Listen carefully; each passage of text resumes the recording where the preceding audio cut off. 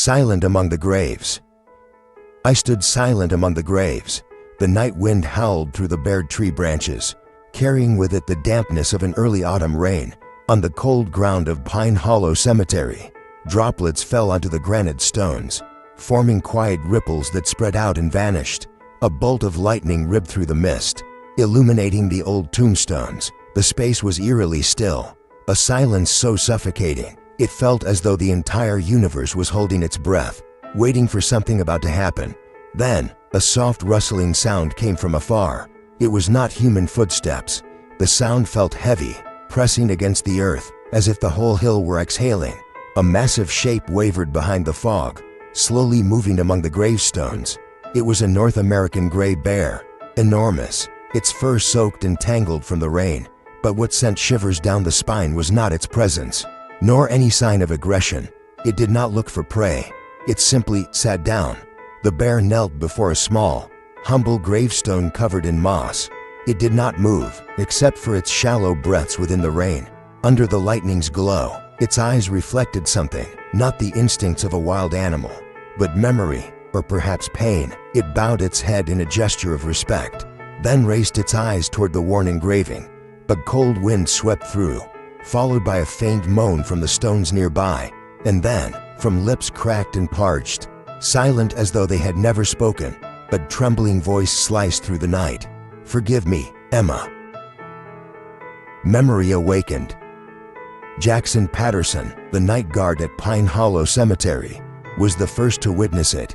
At first, he thought his eyes were playing tricks on him after too many late hours. Or worse, that local kids were playing a prank. But when he looked through his binoculars from the guard tower, the dark figure in the rainy night gave him goosebumps. A giant gray bear, sitting at a grave as if guarding a soul. It did not move, did not growl, and most unsettling of all, it showed no signs of attacking. Jackson cautiously emerged from the guardhouse, his boots squelching in the wet grass. His heart pounded as he approached. He held his breath, expecting the bear to detect his presence. It did not. It remained perfectly still. Then, the strangest thing happened. From just under 20 meters away, he heard, not in his imagination, but as clear as day, a voice coming from the animal. "Forgive me, Emma." Jackson almost dropped his flashlight. His throat went dry. It could not be real. Trying to stay calm, he focused his gaze. At the bear's feet lay something. When it finally left, he crept closer. There he found a small, faded pink headband, worn and torn by time, like those that kindergarten girls often wear. Beside it lay a damp yet legible piece of paper. "Teddy bear of Emma, always watching over you." A chill crawled up his spine.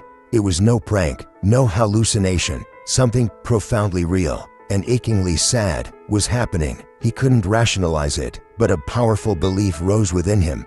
This creature, though in the form of a beast, carried memories and pain of something that had once been human. From that night on, every time Jackson patrolled, he kept his hand near the gun at his hip. Yet deep inside, he knew this creature, even as an animal shape, harbored grief and a memory that once belonged to a human. Led back to the old place. In the nights that followed, Jackson began to notice a pattern. The bear always arrived at the same time.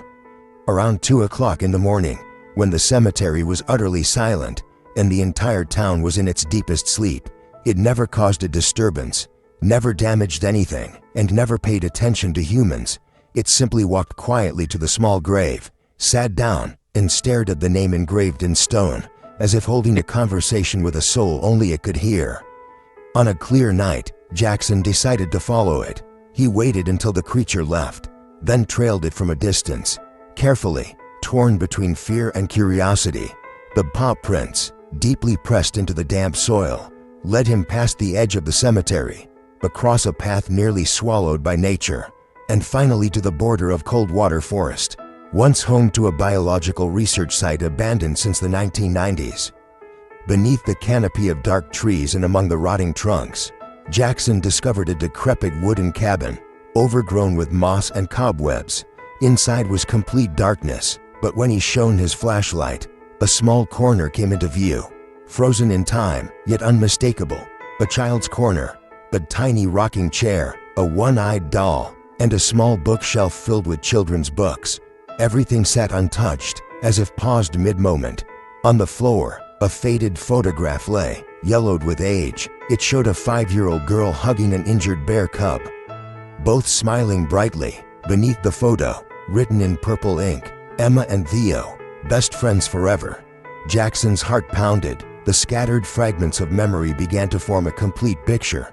That bear cub, the tiny one in the photo, was the very creature that had been sitting quietly in the cemetery every night. But how could it remember? How could it speak? He rummaged through a pile of old papers on the desk and found a thin journal. The final entry was written in a shaky hand. "If Emma leaves this world, Theo will know. He always remembers." The writer, Emma's father, was a biologist who had been dismissed for unethical experiments, enhancing animal intelligence for emotional and memory bonding. The final whisper. That night, Pine Hollow Cemetery was swallowed by a silent storm. No crashing thunder, just powerful gusts of wind carrying the scent of damp soil and the soft clatter of dry branches falling against gravestones. Jackson sat in the guard booth, clutching a lukewarm cup of coffee, eyes fixed on the static-riddled security monitor.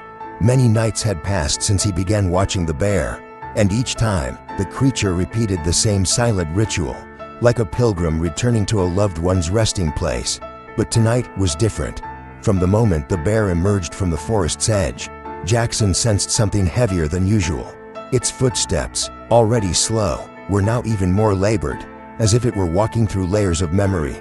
When it reached the small grave, it did not sit as it always did. Instead, it stood tall under the moonlight, its massive frame drenched in rain. The wind swept through its thick fur, creating a sound that resembled distant weeping. Jackson stepped out of the booth. No gun, no flashlight, just a man drawn forward by something beyond reason. He moved slowly, keeping a respectful distance. The bear did not turn, but it seemed to know he was there.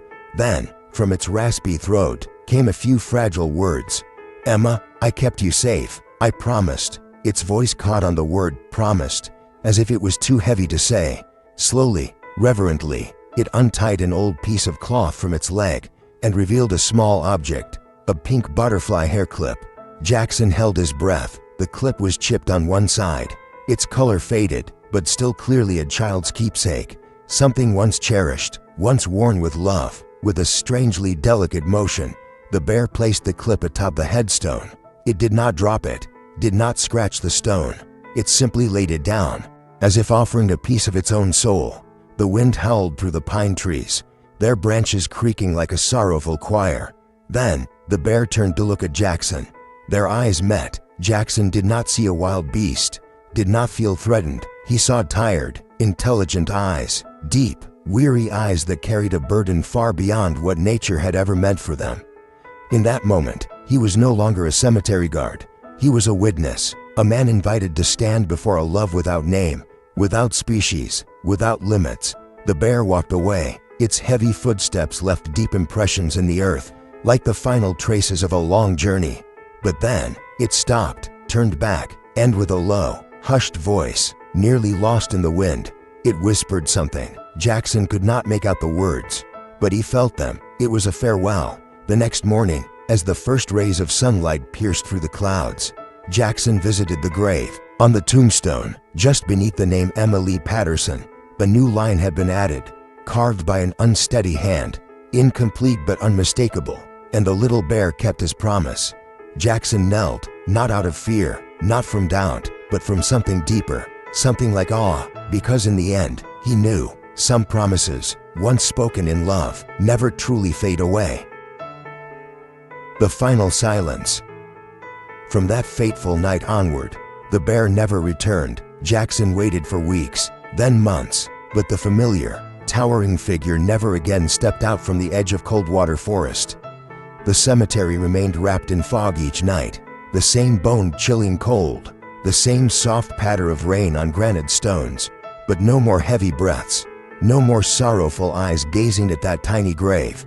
People in town started whispering. Some claimed they had seen a pair of glowing eyes deep in the woods, like two distant embers. Others swore they heard a faint growl on a foggy afternoon, but no one dared to get close. and no one truly knew what had happened that night in the cemetery. No one except Jackson, and he kept silent, as if guarding a sacred secret. Inside his small guard booth, he kept the bear's offerings, the butterfly hair clip, the worn pink headband, and the damp slip of paper with a child's clumsy handwriting, Emma's teddy bear. Always watching over you, they were carefully stored in an old oak box, wrapped in soft cloth, like relics with no material value, but heavy with soul. Sometimes, when the sky turned gray or the rain began to fall, Jackson would open the box, look at each item, and in his heart, a question echoed over and over, one with no answer. How could he remember? And why did it return to that exact place? On that exact night, some things lie beyond human understanding. Some bonds, even between a 5-year-old child and a wounded bear cub, are strong enough to defy time, transcend death, and rise above the instincts of nature. And Jackson, who had witnessed it all, understood one thing: sometimes silence is the only way to honor something sacred. The wordless soul. Some promises outlast time. Some beings, seemingly wild, live with a heart more pure than any human could imagine. In a world where words are easily broken and forgotten, a bear, with no name, no voice, kept a promise to a child buried deep beneath the cold earth. Emma did more than save a tiny life that day. She planted something in the soul of a forest creature that science could never explain. Love and memory, and that life, in its own quiet way, spent its days fulfilling that debt of gratitude. In this chaotic world, the story of Emma and Theo, of a little girl and a gray bear, quietly reminds us love can come from the most unexpected places and stay forever. Up on the hill, the wind whispered through the trees. The pink headband lifted gently into the air, drifted in a soft arc, then settled back down, as if touched by an invisible handwriting on the breeze.